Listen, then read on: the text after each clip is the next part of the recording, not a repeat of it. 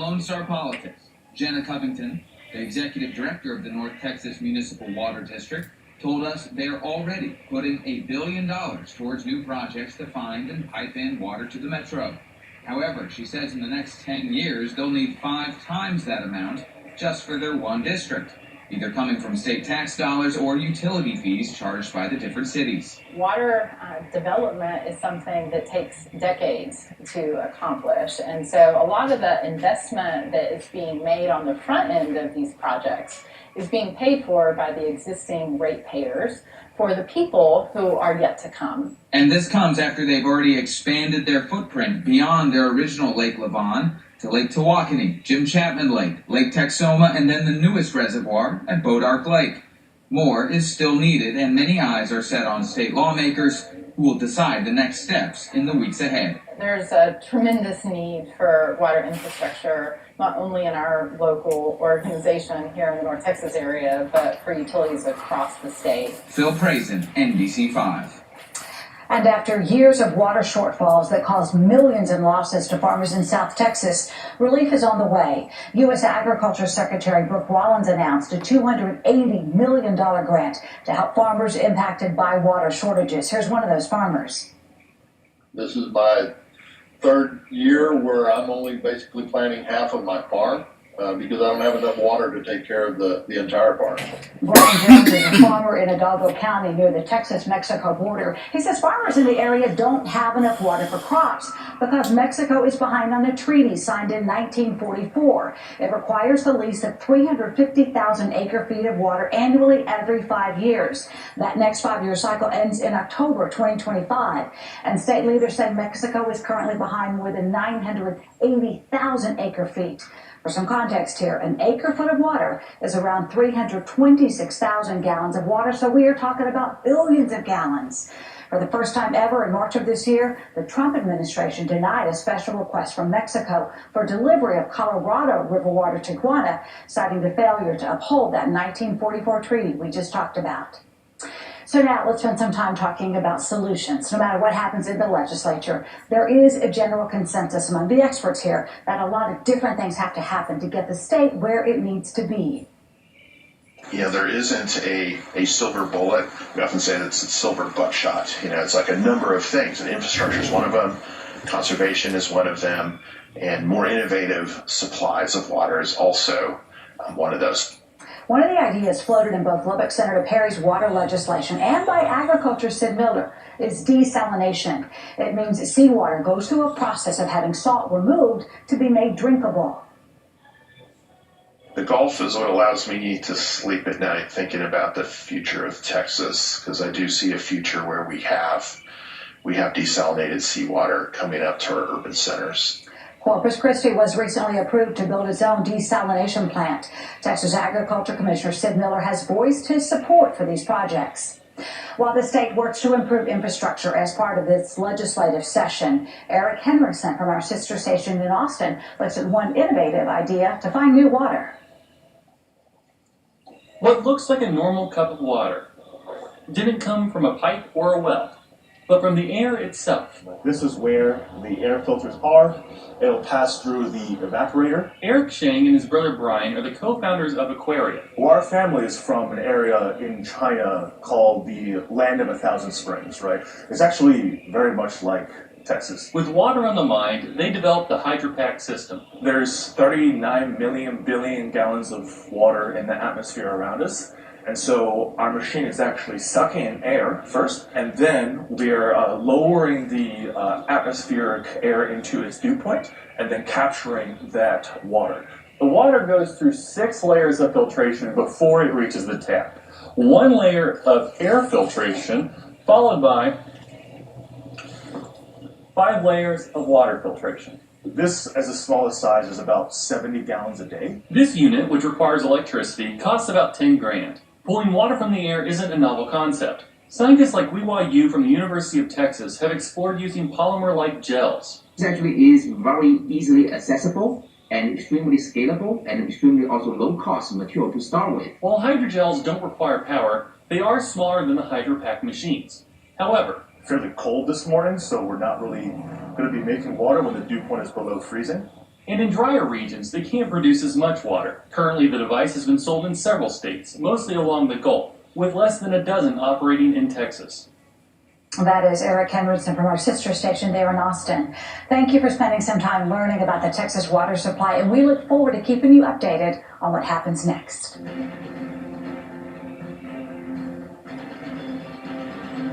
One of these friends can order whatever she wants from the menu. The other has food allergies. You do your best to avoid food allergens, but accidents can still happen.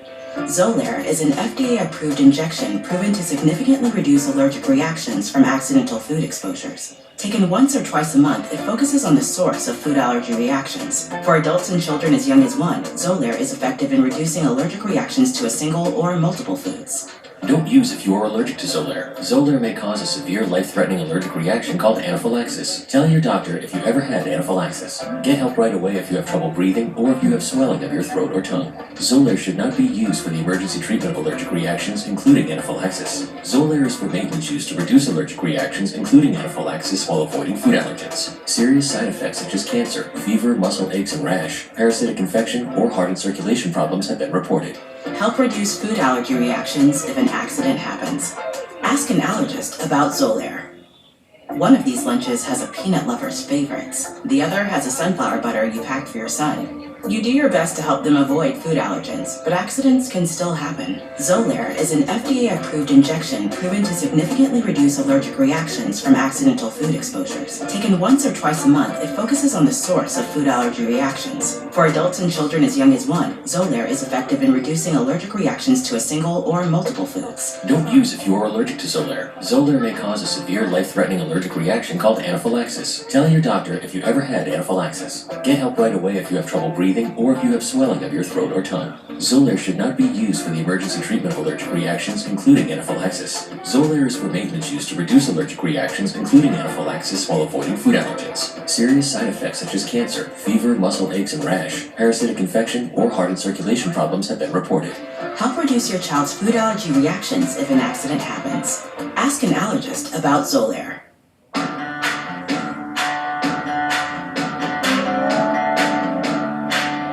Are you looking for free activities to enjoy with family or friends at any time of the day? I'm digital reporter Jose Campos, and today I will be taking you around some of the best attractions in your community, and the best part is that you can visit them for free. So let's get started with Dallas County, where you can even enjoy a water show with music.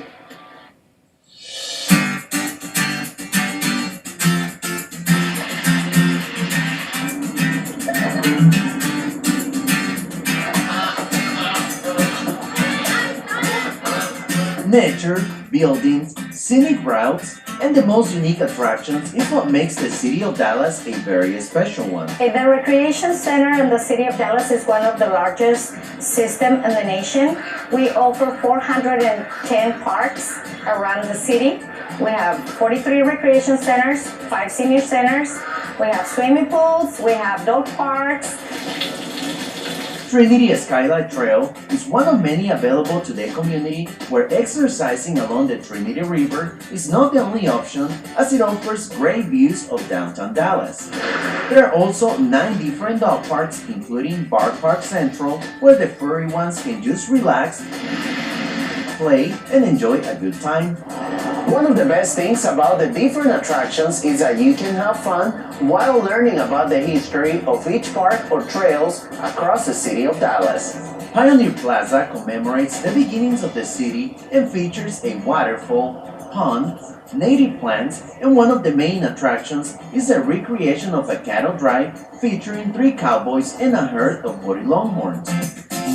Dallas also welcomes millions of visitors every year, and according to the U.S. Census, is the 3rd largest city in Texas and the 9th largest in the nation. We can practice natural activities and outdoor activities, as well as fishing, kayaking. We can do archery, natural photography, and more activities for the whole family. But the free activities continue throughout the city. Clyde Warren Park is one of the attractions that families can enjoy at any time during the day or even at night. The park offers playgrounds, table games, the best spots for photos, picnics, food, and even an illuminated water fountain with music, where many families and friends gather to enjoy. Definitely a lot to see and explore in the city of Dallas, but that's not the end of the free activities, because one of the areas that welcomes millions of visitors every year is Tarrant County, where you can find trails, a river, basketball courts, and many other activities specifically in the city of Fort Worth. Check it out.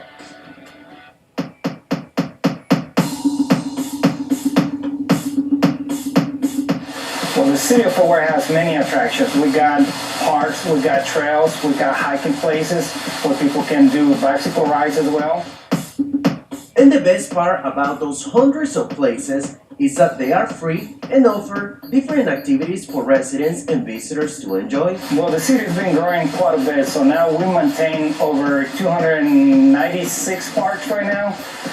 We have Trinity Park, which is one of the main attractions that we have now. We have a theme park, which has been built not too long ago, and I believe we have over 3,000 visitors weekly.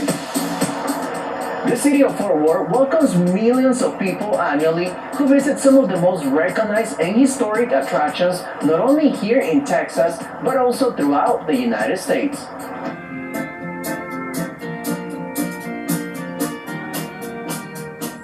The Fort Worth Stockyards National Historic District features a Longhorn Cattle Drive that is held twice a day.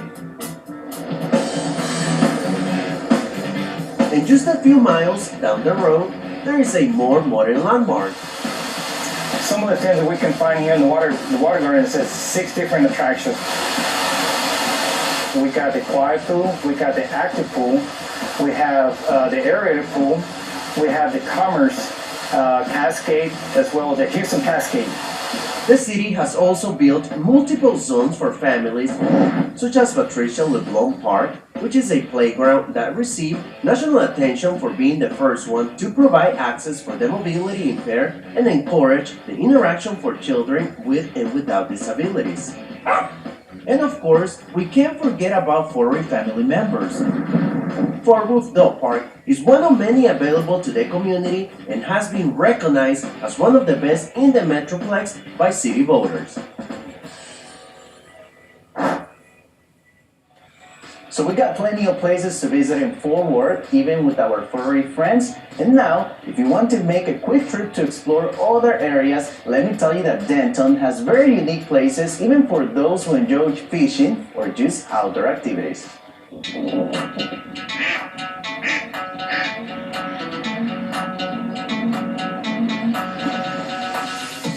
The city of Denton has a lot of parks and recreation facilities that include many of our recreation centers, the City of Denton Senior Center, as well as the American Legion Hall Senior Center.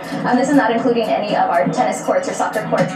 The outdoor activities throughout the city are endless, as each area has very unique attractions for everyone. This park at Eureka 2, this park is one of our largest parks in the community, as well as the playground. We have many trails at this park, as well as the basketball courts, the tennis courts, as well as, of course, our inclusive programming. If you enjoy fishing and just having a direct contact with nature, Sound Lakes Park offers different areas where you can just go, sit, and relax. But if you are looking to have a good time with your pets, just a few miles up the road, you will find North Lakes Dog Park, where they can have unlimited fun. Many of the parks across the city also offer different amenities to enjoy with family or friends, including basketball courts, picnic tables like this one, and even bridges to capture the best photos. The Denia Recreation offers the largest outdoor programming. They have archery, rock climbing, kayaking, as well as tennis courts out on their recreation fields, as well as softball. And the fun will never end as the city plans to build new parks and recreation centers. So the City of Denton has 42 parks overall. In the future, we're making space for 25 new parks with the city expanding. We also have more than 5,000 acres of land that will be used for parklands. Parklands that will include a variety of attractions that you will be able to enjoy for free at any time. And Denton is actually one of those cities that is focused on educating the community through the history of their parks. Now let's take a tour around Collin County, where you will find places that you probably didn't know or realize exist in the area, which are very unique and surrounded by nature. Check it out.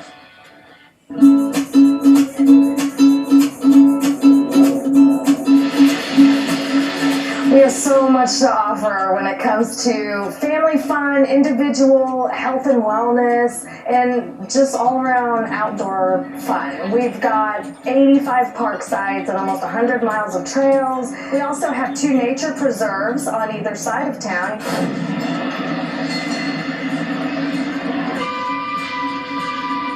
Being on vacation or just having a day off doesn't mean spending money.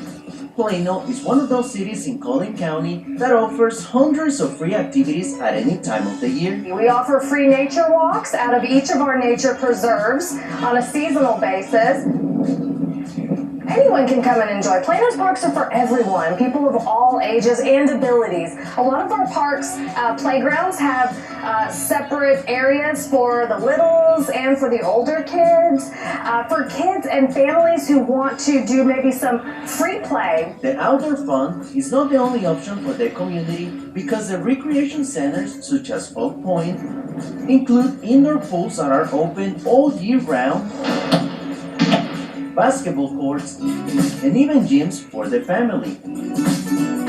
But what if you still don't know if any of these amenities or parks are close to your house? So there's many ways to get familiar with parks in Plano. You can visit any recreation center or library to pick up a free copy, hard copy map that includes all information about the trail system, park amenities, anything you need to start plan your day, plan your adventure.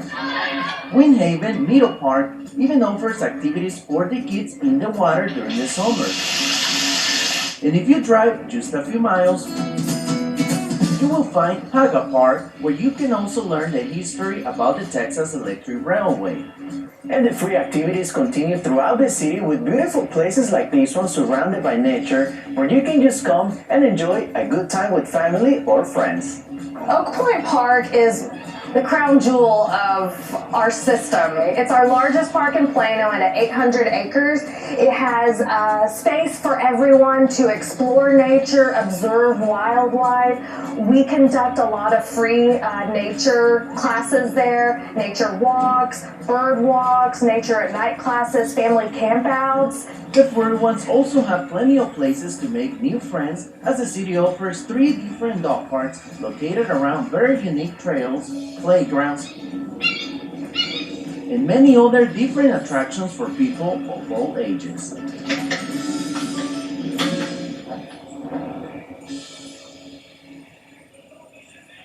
Oak Point was definitely one of my favorites in Plano, especially to take those videos and photos for social media. So now you have plenty of options to explore in North Texas and experience life in a different way. And the best part is that all these places that we just showed you are free.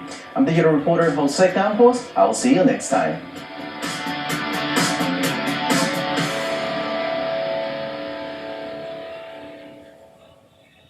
One of these friends can order whatever she wants from the menu. The other has food allergies. You do your best to avoid food allergens, but accidents can still happen. Xolair is an FDA-approved injection proven to significantly reduce allergic reactions from accidental food exposures. Taken once or twice a month, it focuses on the source of food allergy reactions. For adults and children as young as 1, Xolair is effective in reducing allergic reactions to a single or multiple foods. Don't use if you are allergic to Xolair. Xolair may cause a severe life-threatening allergic reaction called anaphylaxis. Tell your doctor if you ever had anaphylaxis. Get help right away if you have trouble breathing or if you have swelling of your throat or tongue. Xolair should not be used for the emergency treatment of allergic reactions, including anaphylaxis. Xolair is for maintenance use to reduce allergic reactions, including anaphylaxis, while avoiding food allergens. Serious side effects such as cancer, fever, muscle aches and rash, parasitic infection, or heart and circulation problems have been reported. Help reduce food allergy reactions if an accident happens. Ask an allergist about Xolair. Weight loss. For so long, I felt stuck. Zepbound means change. Zepbound is for adults with obesity to help lose weight and keep it off. It's changing what I believe is possible when it comes to weight loss. Don't take if allergic to it, or if you or someone in your family had medullary thyroid cancer or multiple endocrine neoplasia syndrome type 2. Tell your doctor if you get a lump or swelling in your neck. Stop Zepbound and call your doctor if you have severe stomach pain or a serious allergic reaction. Severe side effects may include inflamed pancreas or gallbladder problems. Tell your doctor if you experience vision changes, depression, or suicidal thoughts before scheduled procedures with anesthesia. If you're nursing, pregnant, plan to be, or taking birth control pills. Taking Zepbound with a sulfonylurea or insulin may cause low blood sugar. Side effects include nausea, diarrhea, and vomiting, which can cause dehydration and worsen kidney problems. Zepbound means change. Ask your doctor about Zepbound.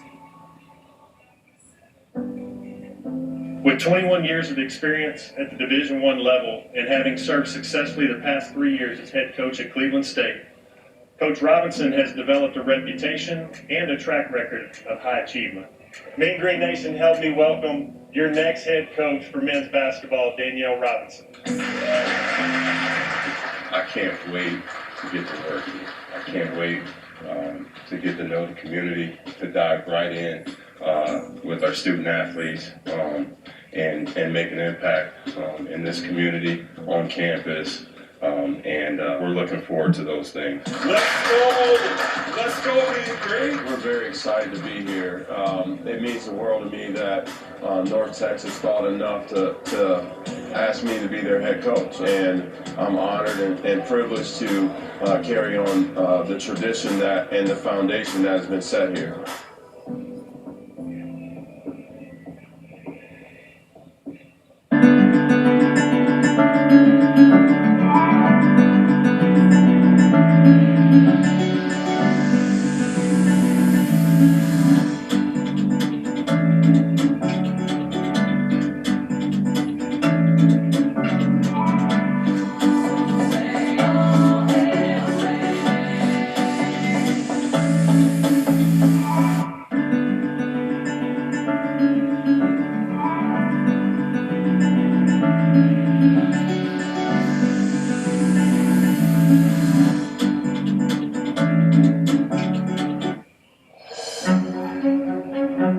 Proposal to overhaul how tickets are sold across Texas.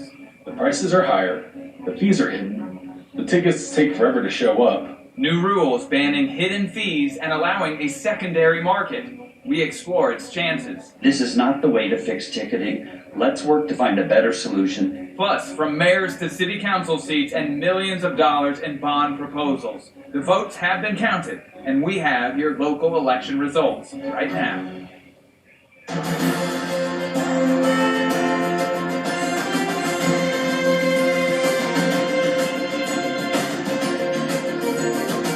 This is Lone Star Politics from NBC5 and the Dallas Morning News. We begin this morning with a breakdown of Election Day results, including who runs major cities in North Texas. Good Sunday morning. I'm Phil Prazen from NBC5. And I'm Gromer Jeffers, political writer with the Dallas Morning News. Let's start in Fort Worth. Mayor Maddie Parker secured a third term despite facing 7 challengers. In her speech last night, she said there is more work to be done in the state's 4th largest city, starting with education. Well, I've spent a lot of political capital around education. I feel really strongly it is the #1 priority for a growing and thriving city. You have to educate our youth across the community and really think about where that can be in the future. If you understand that education is the greatest equalizer. We want to make sure they have high education opportunities across every single zip code in the city of Fort Worth, and we do have work to do.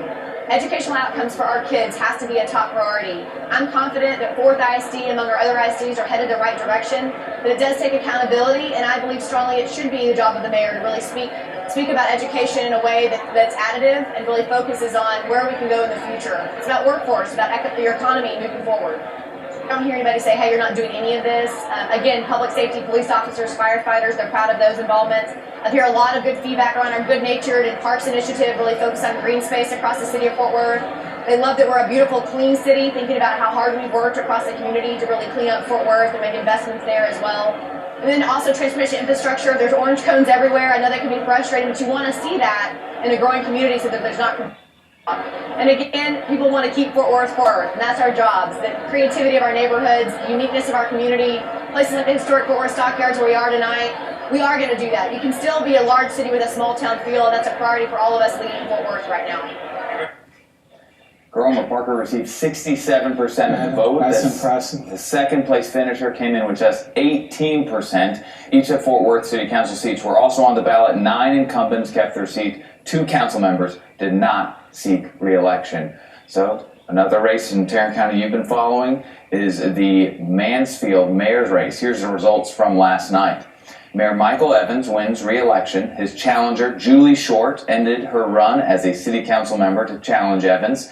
The final vote, Mayor Evans 61%, Julie Short 39%. A lot going on in Tarrant County. A lot going on in Tarrant County, and that Mansfield race was really interesting because the Tarrant County Republican Party, Texas Republican Party, and some other conservative groups got actively involved, and diversity became an issue. They argued diversity was not a good thing. The people of Mansfield, though, disagreed and rejected that, returned Michael Evans to office. And both these Fort Worth and Mansfield incumbents won. Yep, and that shows you how local voters feel about their local leaders. They like them and they return them to office. So let's turn now to the Dallas City Council. Mayor Eric Johnson was not on the ballot. However, all of the city council seats were up. Outgoing Dallas ISD trustee member Maxie Johnson wins the Dallas City Council seat for District 4 with 75% of the vote. That seat was previously held by Carolyn King Arnold, who is out because of term limits. Council races for 8 and 11 are headed for a runoff. Gromer, your thoughts here? I mean, incumbents somewhat win again. Yeah, and the question is, will the dynamic of the Dallas Council change a lot? Probably not. You will still have a coalition that sort of challenges Mayor Eric Johnson from time to time. Who switched parties. Exactly. Republican now. He wasn't on the ballot. There was a low turnout, but you know, these races are important, and the voters have spoken in those races as well. Let's head now to Denton and Collin County. The big issue was over the city of Frisco owning a performing arts center. Gromer, voters overwhelmingly voted down 2 ballot questions that would have raised $340 million for the project. And then in South Texas, there's a new city called Starbase, with just 6 people voting against the proposal. 6 people, individuals. The home base for Elon Musk's SpaceX won the vote to become the state's newest city. It will include a mayor and 2 commissioners. Governor Abbott on social media called the results created a new front door to the next frontier. I guess they'll be building a city hall and everything now. Yes. And mark your calendar, runoff elections 4 races undecided yesterday will happen on Saturday, June 7th. For complete election results, log on to NBCDFW.com and DallasNews.com. Let's still ahead this morning. Listen, I've traveled this state talking about school choice for more than a half a decade. Finally, Governor Abbott brought school choice vouchers to Texas. How the new law works and what may come next. Plus, ticket buyer frustration from hidden fees to no transfer policies. Could the stressful process change this year? You think it's going to be maybe $100, maybe a couple $100, and then it's almost double the price.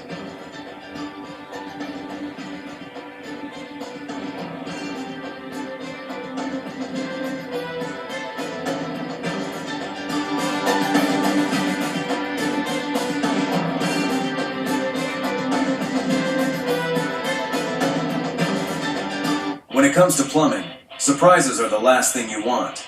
That's why at Mr. Rooter Plumbing in Dallas, we believe in complete transparency. You'll always get upfront pricing before we start any work, and we never charge extra for overtime.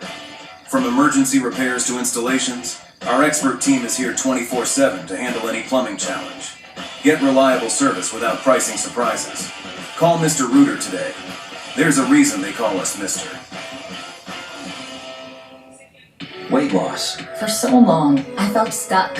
Zepbound means change. Zepbound is for adults with obesity to help lose weight and keep it off. It's changing what I believe is possible when it comes to weight loss.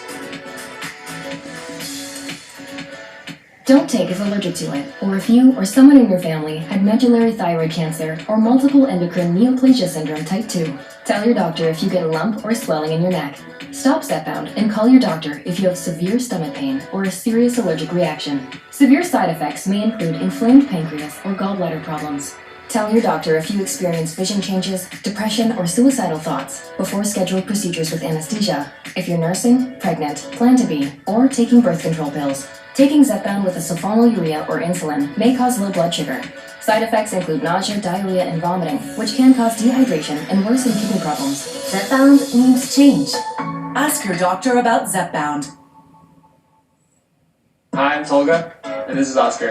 After feeding him dusty kibble for a while, I was like, this is not real food. It just smelled so burnt and unnatural, like I wondered, what's even in this stuff? We tried wet food, which is basically canned mystery meat. Then, I found Smalls. They make high-quality, fresh cat food with human-grade ingredients, right to your door. But most importantly, Oscar loves it. He's at a healthier weight, he's much more playful, his coat is softer than ever, and even his breath is better. And of course, he loves the box too.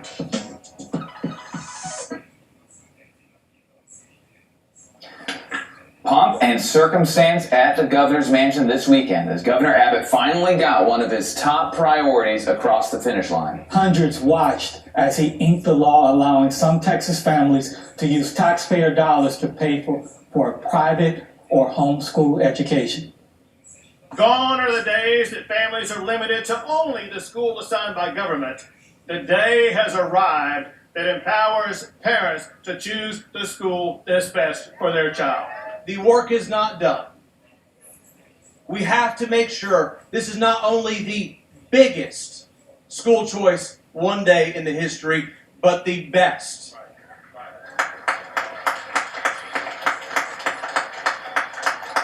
And a commitment from everybody in this audience and everybody on this stage to work to make sure it is the best, and we are doing the best for the children and the future of the state of Texas. As the governor signed the bill into law, across the lawn, public school teachers and some Democratic lawmakers protested. With the stroke of his pen, Greg Abbott is betraying nearly 6 million Texas public school students. The $1 billion will provide roughly $10,000 to each student accepted into the program, or between 90 to 100,000 spots. For context, nearly 6 million students are enrolled in K-12 schools across Texas. So, Gromer, that was the big thing that he'd been trying to do for years, and now he did it. It's one of Abbott's biggest victories since he's been governor. First elected in 2014. He really wanted this, and he looked. A big crowd. Did you see Senator John Cornyn standing there? Everybody was trying to get a little shine off of this. Exactly. Because it's a big moment for Republicans who have been pushing this. Now we'll see how it works, or if there's a political price for some of the rural lawmakers to pay. Because this used to be a coalition of ruling Democrats who blocked the plan. Abbott kind of busted that up in the primaries in 2024. And in one of the sound bites we just played was the new Speaker of the House, Dustin Burrows from Lubbock. How big of a deal did he make? A very big deal, because it was blocked in the House last session. He committed to get it passed. It did pass. He delivered on that promise. It is interesting. Do you think that coalition of rural and Democratic lawmakers can reform again on this issue or on other issues going forward? Possibly, but it depends on how it works. If the plan is not as significant as it's billed to be, it doesn't cause that much disruption in public schools or in public school funding, then people will just deal with it. But if it does, and if there is the problem that some opponents have been predicting, then you'll see that coalition reform. Also this week, the future of the Federal Emergency Management Agency, better known as FEMA, is now partially in the hands of two Texas leaders. President Trump appointed Governor Greg Abbott and Texas Division of Emergency Management Chief Nin Kidd to serve on the agency's review council. Now, the goal of the bipartisan group is to streamline the nation's emergency management and disaster response system. The president created the review council in January. Also, Lieutenant Governor Dan Patrick tapped to chair President Donald Trump's new Commission on Religious Liberty. The commission, part of the president's Bringing Back Religion efforts, will track religious liberty issues and lay out strategies to increase awareness of religion in the country. Ben Carson, HUD secretary in the first Trump administration, will serve as vice chair. Other members include TV host Dr. Phil McGraw, based here in Dallas now, and Kelly Shackelford, the CEO of First Liberty, a Plano-based conservative legal organization, and various religious leaders. The former federal prosecutor turned attorney for Elon Musk was first to throw his hat in the ring for Texas Attorney General. Now John Bash has become the first candidate to drop out of that race. Bash cited a shift in priorities following a family health scare.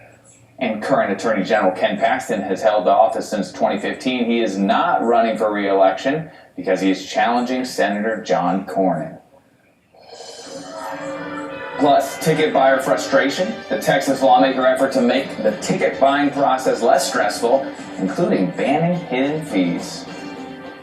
From a Corona Sunbrew with a splash of real vibrant juice and classic cerveza with zesty citrus and orangey lime. It's Juicy Corona. At Papa Murphy's, mix and match 2 or more sides for just $6.99 each, like our 5 cheese bread or calzones, or a fresh salad. Add a medium cheese or pepperoni pizza or dessert. Fresh, easy, and so good. Just the way your meal should be with Papa Murphy's. Weight loss. For so long. I felt stuck. But Zepbound means change. Zepbound is for adults with obesity to help lose weight and keep it off. It's changing what I believe is possible when it comes to weight loss. It's changing how much weight I lose, up to 48 pounds. And some lost over 58 pounds.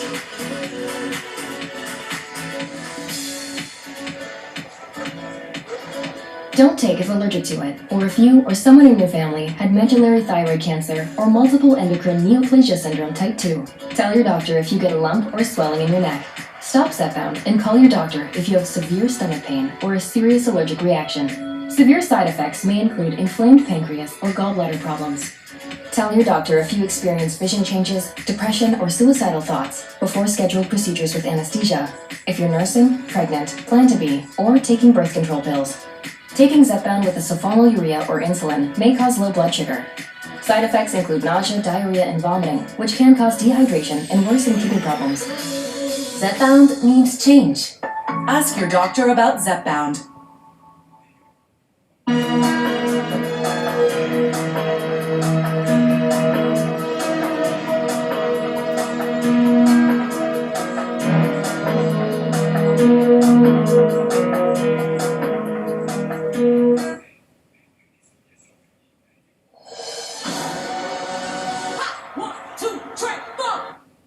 Whether it's Beyonce, The Boss, or a Mavericks game, ticket buyers are growing more frustrated with the purchase process and the costs. Prices have gone up on average 20% since 2021, according to the Bureau of Labor Statistics.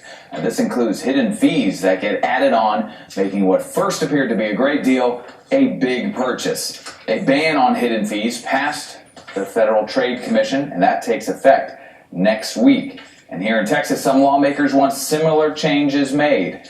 Texas House Bill 3621 aims to do several things, including calling for the total ticket price to be clearly disclosed. This will include fees, but not taxes. It would ban the price from jumping during the sale, like from minute to minute. Also, the primary seller could not restrict the buyer from reselling the ticket, and the tickets must be delivered within 7 days. Our Flower Mound representative, Ben Bumgarner, authored the bill, left pending in an earlier committee. Dallas Senator Nathan Johnson filed a companion bill in the state Senate. Whether you're Republican or Democrat, we want to make sure there's a functioning ticket market and that consumers have rights. Venues like the AT&T Center in Dallas and many artists and sports teams oppose this type of change. A coalition of groups formed the Texas Ticket Sellers Association to support the bill. One of their advocates is Tom Giovanetti from the Institute for Policy Innovation. I spoke to him about the proposal and the challenges still to come.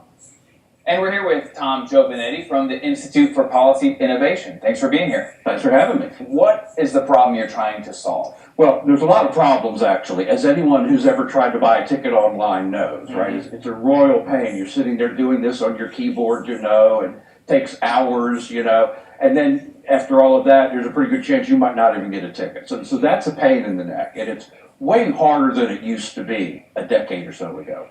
But that's not even the problem we're talking about. The problem that we're talking about is what happens after that's over. What happens after you've gotten your ticket? Do you have the right then to transfer that ticket? Do you have the right, if your plans change, if you get sick, if a tree falls across your driveway, you can't get your car out, and you've got tickets for something that night, you should be able, you've already paid for the ticket. You've paid the asking price that the venue is asking. The venue has gotten their money. The artist has gotten their money. Now the question is, should you not have the right to transfer that ticket? And of course, the obvious answer is yes. I mean, this is just like a basic secondary market thing, right? You buy a new car from a dealer, you have the right to sell it in a few years as a used car. And because what happens is, sometimes venues will turn you away. If you bought a secondary ticket, and it's a legit ticket, but it wasn't done through their authorized channels, they can still turn you away at the door, Now, which is absurd. If let's just say, theoretically, Garth Brooks was here and he has a concert at the American Airlines Arena, and he goes, well, it's my concert at their arena. If you're going to resell that ticket, shouldn't we get a cut of that? Oh, I fully expect they would do that, right? And hey, I respect everybody's right to try to maximize their revenue, okay? We all do that, right? The real question is how, well, let me back up just a second. As a free market limited government guy, I don't like government regulation, right? I want government to stay out as much as possible. The big flashing red light exception to that is when consumers are being injured, okay? If consumers are being harmed, then it's appropriate for government to step in. And I think it's inarguable that consumers are being harmed in this secondary ticket market. And it's happened because of the merger between Ticketmaster and Live Nation. So now you have essentially the same company that has exclusive contracts with the venues, they have the management contract for the concert, all these sorts of things. But they were so greedy as to say that's not enough. We also want to control the secondary market too. And so that's the real problem. And the point here is if you resell or even give away a ticket that you have paid for, no one's losing anything. You know what I mean? I mean, again, you paid the full price for the ticket. The venue got their money, the artist got their money. No one's being deprived of anything. And how important is that part of the bill compared to how important it is to just disclosing the total price at the top? So price disclosure, transparency is really important. Okay, but here's the funny thing. In 2 weeks, on May 12th, a new federal rule kicks in that requires price transparency. It requires upfront pricing, okay? So there's no need to do that in Texas, okay? So the bill has several parts. It has the upfront pricing part, which is no longer going to be necessary as of May 12th. It has the right of transferability in the bill, which is really, I think, the key thing. What's the next step? There's a bill, there's a version in the House, there's a version in the Senate. Yes. Which one is further along? So the one in the House, neither of them are very far along. The one in the House has at least had a hearing, but it's not been voted out of committee. The one in the Senate, as I understand it, has not even had a hearing yet. And the real problem, again, I think that from a consumer protection standpoint, this is a no-brainer. Here's the problem. The problem is we love our professional sports teams in Texas, okay? And the professional sports teams are in league with the primary ticket sellers, and they have an enormous amount of lobbying clout in Austin. And cultural clout. Absolutely. And Absolutely. so the Dallas Mavericks, they offer this price, and they don't want scalpers out there selling it outside their venue, the American Airlines Arena, for twice the price. Exactly, but the scalping issue is really long gone. I mean, that really doesn't happen anymore. But again, because you don't have paper tickets anymore, right? Everything's like digital. So the scalper issue used to be an issue. It's kind of a false issue now. The real issue here is the legitimate resale on a secondary market of legitimate tickets. Now, Phil, that is just one of the many measures still on the table as we enter the final weeks of the Texas Legislature regular session. Sine die, or the final day, is June 2nd. The final day for the governor to sign or veto bills is June 22nd. So, Gromer, that is an interesting issue. There's so much attention paid to the partisan stuff. You know, school choice vouchers, abortion issues, gun issues. But the lawmakers also tackle things that everybody deals with. Tickets, the lottery they're debating this time, THC stuff they're debating. Yeah, you know, stuff that affects the everyday lives of people. It touches a cross-section of folks. And there's also an opportunity to have bipartisan approaches to these issues. Mm-hmm. And these are issues that individual lawmakers in their district, sometimes it may be an issue, they tackle it every day during the session. They don't get the headlines all the time, but they're there. And it's somewhat of a different fight because, you know, the partisan organizations mobilize on the partisan stuff. But when you talk about, you know, tickets, you know, you get the kind of industry groups, the venues, you mentioned the sports teams in their interview, which is very interesting. And it's hard to do. Yeah. That's all the time we have. Stay tuned for Meet the Press with Kristen Welker. Thanks for joining us. We'll see you back here next Sunday for more Lone Star Politics.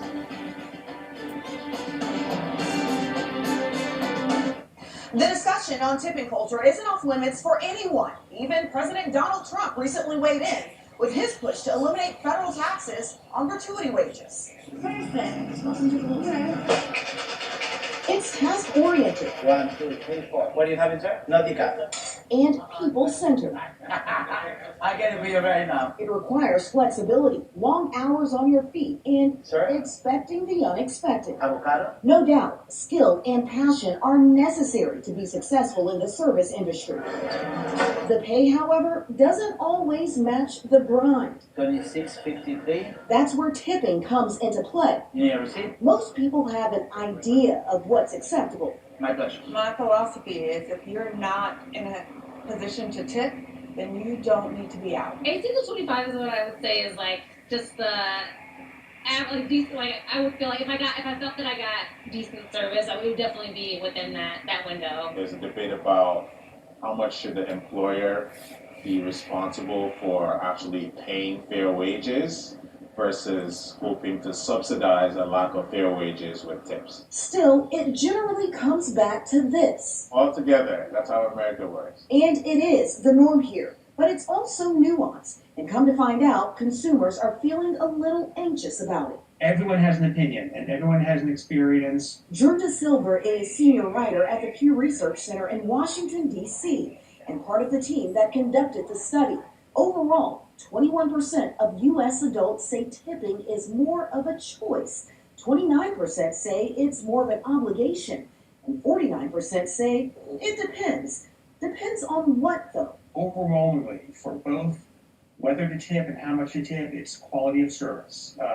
None of the other factors we asked about even came close. Here's a breakdown from Consumer Reports. Dining out, about 15 to 20% or higher. Delivery person, 10 to 15%. A salon or spa, 15 to 20%. Hotel housekeeping, about $3 to $5 per day. And your barista, 15 to 20%. Nice ice cream. While the suggested tip has moved closer to 20%, the Silver's research found more than half of people surveyed felt 15% less than or nothing at all was still acceptable.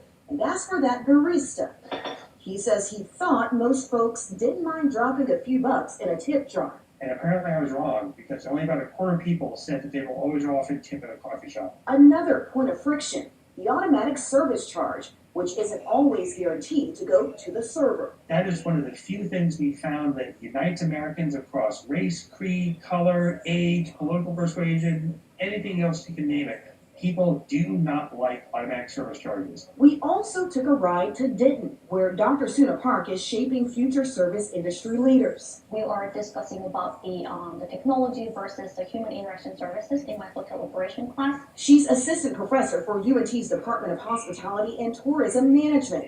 Park has studied tipping trends as well, and says tipping guilt or anxiety is very real, and social settings play a role.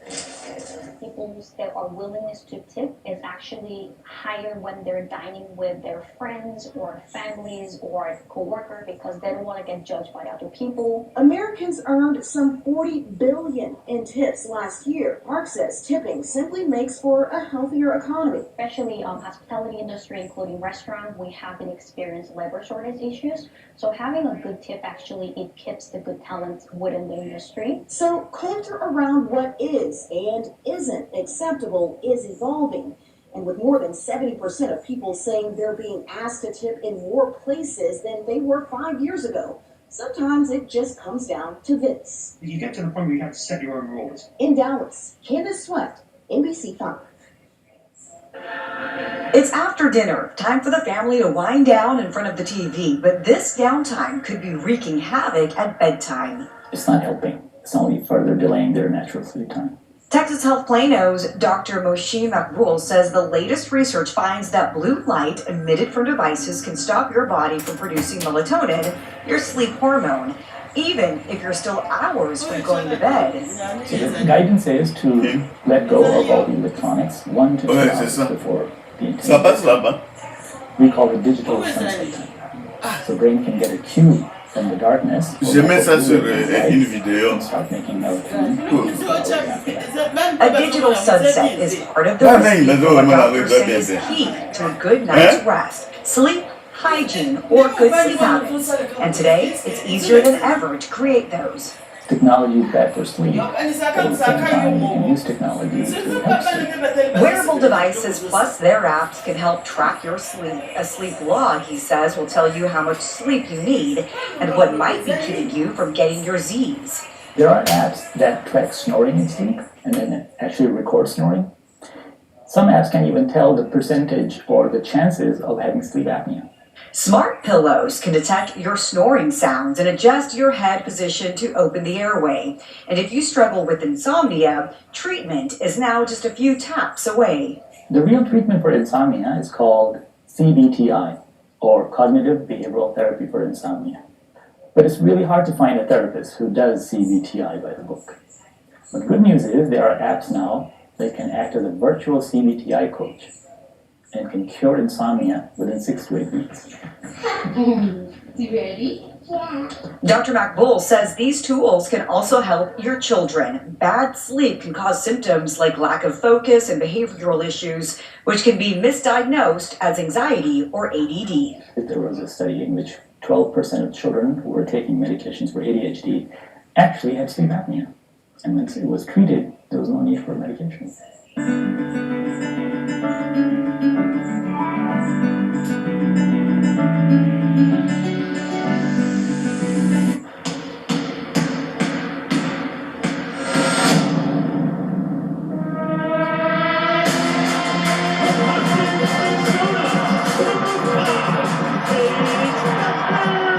It's a perfect storm.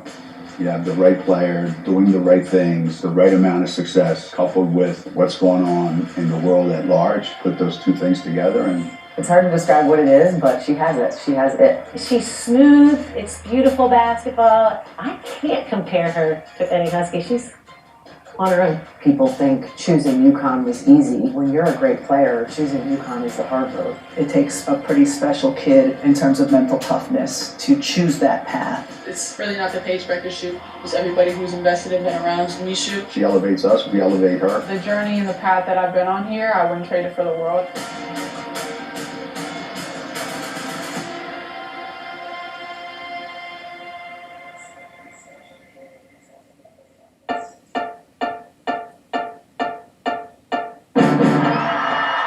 It's hard to describe what it is. My students love you. But she has it. She has it.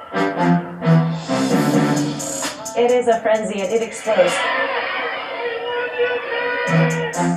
And that's just her magic. Well, I used to wonder that myself when she first got here, what all the hype was about. You haven't played a single college game.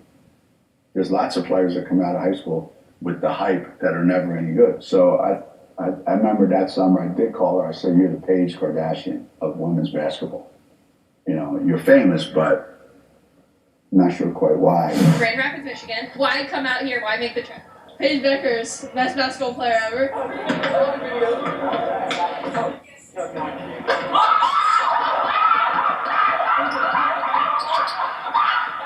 I'm from Illinois. We came from Texarkana, Texas, which we took 3 flights to get here. Other than calling her Paige, what do you call her? That I can say publicly? That we can put on TV. He tries to be cool, tries to learn some new slang. Her nickname is Delusional. She actually thinks that she's perfect in every area. How do you answer the phone when Gino Auriemma calls you? What's up, Big G? How much is she a pain in the butt? Some days, a little. Some days, medium. Some days, a lot. No days where she isn't.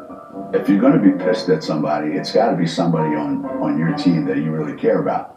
Me and Coach, we have a fun, loving, tough relationship, tough love for sure. Glad she's yours, though. Oh, yeah, absolutely.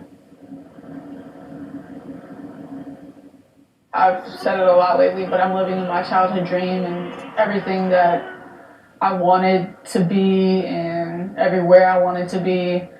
Like, I just thank God every single time I get to wake up and it's a game day and I get to wear this UConn uniform. I think I love basketball so much because I got to be on the court with people that I loved and teammates, and you got to share success, share failures, share every single thing, share memories and road trips and bonds.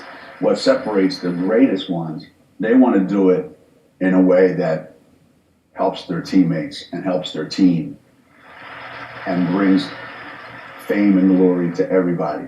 They're not in this for themselves. But I think people think choosing UConn was easy. When you're a great player, choosing UConn is the hard road. You just feel a sense of pride to be able to sort of follow in their footsteps, and every single time you put on the UConn uniform, you're representing something so much bigger than yourself. You can go somewhere else and try to lead another program somewhere it's never been. If you choose UConn, it's impossible to lead them somewhere they've never been, because they've been everywhere. It takes a pretty special kid in terms of mental toughness to choose that path and then to succeed walking that path.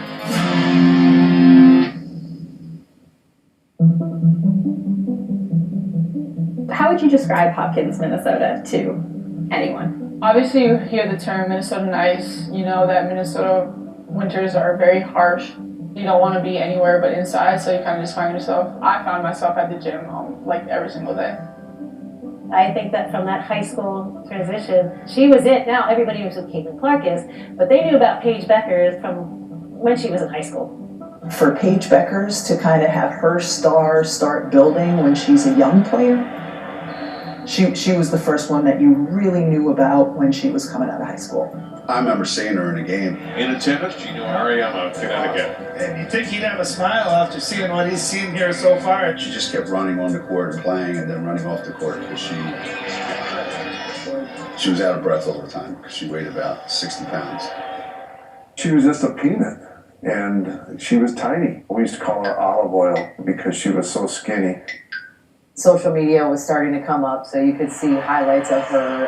At that time, like, social media started to get buzz, get publicity, and women's basketball was starting to get, like, highlight tapes. Social media is, this generation has grown up with it. I think it was maybe like my freshman year going into my sophomore year. Over to Bates and back out. Beckers will take that three, and she hits. When there was like a K next to my name, there's like 9,000 followers, and then you hit 10K. And when I saw the K, I was like, this is not real.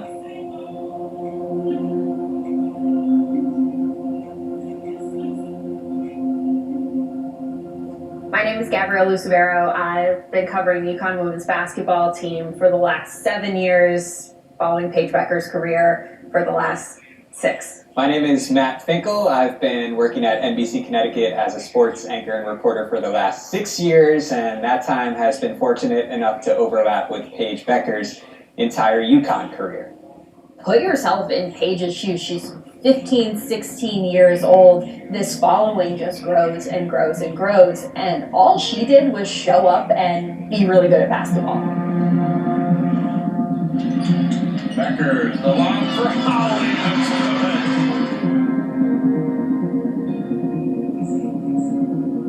UConn landing top recruit Paige Beckers, the Minnesota point guard, announcing her commitment on Twitter tonight. I've been waiting for this day since I was a little kid. I mean, UConn's always been my dream school, so to finally get it down on paper means a lot to me.